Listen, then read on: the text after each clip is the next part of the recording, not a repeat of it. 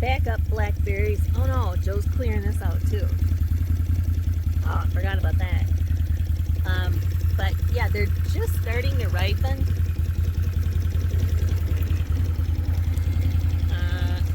I know the ones back home, I ate a couple of the darker ones already and they're still really sour. Let me see here.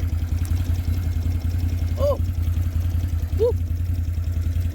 Ah. Oh yeah, they're really sour yet. I always wanted to see what was in this garden here. I am not going in it. I don't have the right bug spray. But I told Joe, do not mow this down like you like to mow everything else down. Because I want to see what's in it. I said if there's any berries, any perennials, I want to keep them.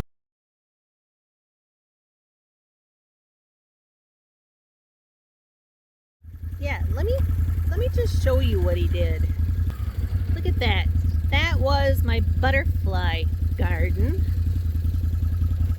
I leave him here alone for a day, and look what he did. There's like 5 flowers for the butterflies. Oh, there are berries. Oh, and they're thornless. Oh yeah, Joe, we're keeping them. I bet they're blackberries, the thornless blackberries. Oh, that would be so sweet. It's a whole row of them. And they got berries on them. Maybe 4th of July they'll be ready. Oh, nice. I was hoping there were some grapevines. These look like flowers. Yeah, it's a clematis. Alright, well, back here is a whole bunch of wild blackberries, which I know Joe already said he was going to mow this whole thing down, which that's alright. If I got some nice, mature, thornless black ones in here, I'm good. You can shave all that down over there. Now there is a fruit tree. Let's go take a look at what that is. This looks like a lilac.